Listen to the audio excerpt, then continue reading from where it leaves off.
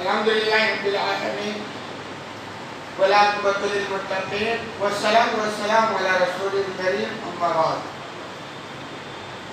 آگے باب ہے باب إذا شهد الشاهد أو شهود بشيء فقال آخرون ما علمنا بذلك يحكم بقول من شهد. باب اس بیان میں کہ جب ایک یا کئی گواہ کسی معاملے کی اس بات میں گواہی دیں اور دوسرے لوگ یہ کہہ دیں کہ ہمیں اس سلسلے میں کچھ معلوم نہیں، تو فیصلہ اسی کے قول کے مطابق ہوگا جس نے اس بات میں گواہی دی ہے. کہنا یہ چاہتے ہیں کہ کوئی میٹر ہو گیا، یہ ساری چیزیں کام کیے، لین دین جو کرتے ہیں اور بعد میں معاملات الجھتے ہیں نا، ان کے لیے بڑی مفید کی چیز ہے.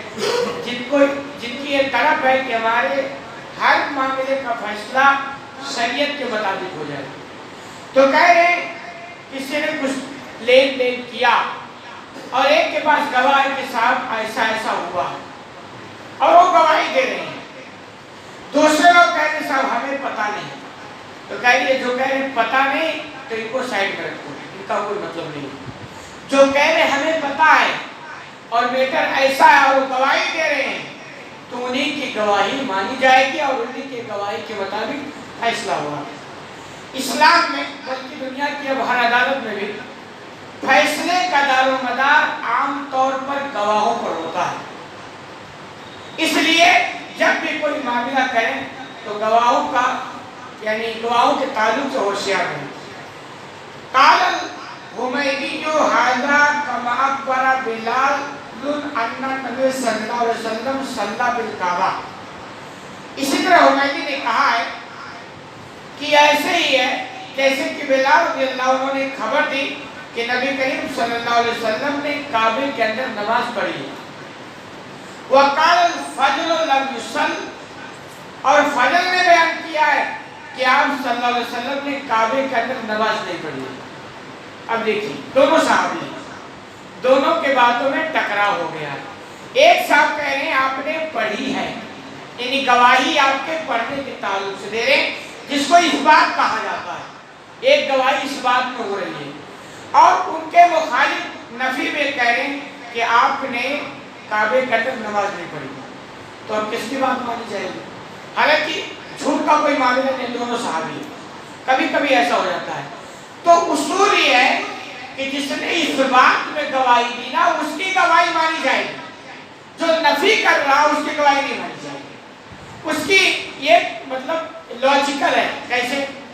بلال کہہ رہے ہیں کہ میں نے آپ صلی اللہ علیہ وسلم کو کعبہ میں نماز پڑھتے دیکھا ہے. یہ کہہ رہے ہیں فجر پڑھی ہے آپ نے اور فجر کہہ نہیں پڑھی. تو یہ ممکن ہے کہ بلال نے دیکھا ہے آپ نے پڑھی ہے تو بیان کر رہے ہیں، اور فجر نے نہیں دیکھا تو ممکن ہے جب وہ پڑھ رہے تھے تو یا وہاں نہیں تھے، اس لیے نہیں دیکھا نا. اس بات کے پورے چانسز ہیں. اس لیے جو نفی کرتا اس کی بات نہیں مانی جائے گی. ایسے جیسے کوئی کہے کہ آج کے دن میں نے فلاں صاحب کو مسجد میں نہیں دیکھا، دوسرا کہے میں نے دیکھا، کسی بات مانی جائے گی. جس نے جو کہا کہ میں نے دیکھا اس کی بات مانی جائے گی. جو کہہ رہا میں نے نہیں دیکھا اس میں یہ بھی چانس ہے کہ جب وہ آئے تھے تو آپ پتہ نہیں کہاں تھے، اس لیے آپ نہیں دیکھتے نا. تو دیکھنے کی جو بات کریں اس بات کی اس کی بات مانی جائے گی، اور جو نفی کر رہا اس کی بات نہیں مانی جائے گی کہ ممکن ہے کہ کوئی وجہ ہو وہ نہ دیکھا ہو، وہ کہیں اور چلا گیا. یہ سارے امکانات ہیں. جیسا کہ یہاں ہے کہ بلال رضی اللہ عنہ کہہ رہے آپ نے کعبے میں پڑھی ہے، فجر کہہ رہے نہیں پڑھی ہے. تو کہہ رہے پھر کیا ہوا؟ فَعَقَدَ النَّاسُ بِشَهَادَةِ بِلَال، تو لوگوں نے بلال کی گواہی کو قبول کر لیا کیونکہ وہ اس بات میں لے رہے ہیں. انہوں نے دیکھا ہے تو دے رہے ہیں. فجر نے نہیں دیکھا تو ممکن یہ کہیں چلے گئے ہو اور آپ نے پڑھا ہو نہ دیکھے ہو تو آپ نے نہ دیکھنے کی بنیاد پر گواہی دے رہے ہیں. تو اس کا مطلب یہ نہیں کہ نہیں پڑھی ہے. تو اس بات میں جو گواہی اس کو مانا گیا ہے. كذلك شهد شهادان ان لفلان على فلان الف درہم. اسی طرح اگر دو گواہ یہ گواہی دیں کہ فلاں کا فلاں کے اوپر 1000 درہم ہے، یعنی فلاں نے فلاں سے 1000 درہم قرضہ دے رکھی ہے. وشهد آخران بألف وخمسمائة يقتضى بالزیادہ، دوسرے گواہی دے کہ نہیں انہوں نے 1500 درہم ان کے اوپر باقی ہے، یعنی اختلاف ہو گیا. دو لوگ گواہی دے رہے ہیں کہ مثال کے طور پر یہ کہیں کہ دو لوگ گواہی دے رہے ہیں کہ فلاں سے فلاں نے 1000 درہم قرضہ لیا تھا. دوسرے اس کے مخالف میں گواہی دے کہ نہیں فلاں نے فلاں سے 1500 درہم قرضہ لیا تھا. اب کس کی بات مانی جائے گی؟ ایک اختلاف ہو گئے. تو اسلام کا اصول ہے یوکسر بھی زیادتی کے تعلق سے فیصلہ کیا جائے گا. یعنی دونوں کہہ رہے فلاں نے لیا ہے، اختلاف ہے 1500 کا، تو اسلام کا سسٹم کہتا ہے زیادہ والے نے 1500 مانا جائے گا. کیوں؟ اس لیے کہ جس بندے نے قرضہ آپ کو دیا تو وہ آپ کے بھلائی کے لیے دیا تھا، آپ کو لوٹنے کے لیے نہیں دیا تھا. اور اس بات کا پورا چانسز کہ وہ پیسہ آپ لے کے بیٹھ جاؤ اور نہ دے، تو ڈوبنے والا تو اس کا تھا نا. لیکن پھر بھی اس نے خطرہ لے کر آپ کے ساتھ بھلائی کرنے کے لیے آپ کو قرضہ دیا تھا.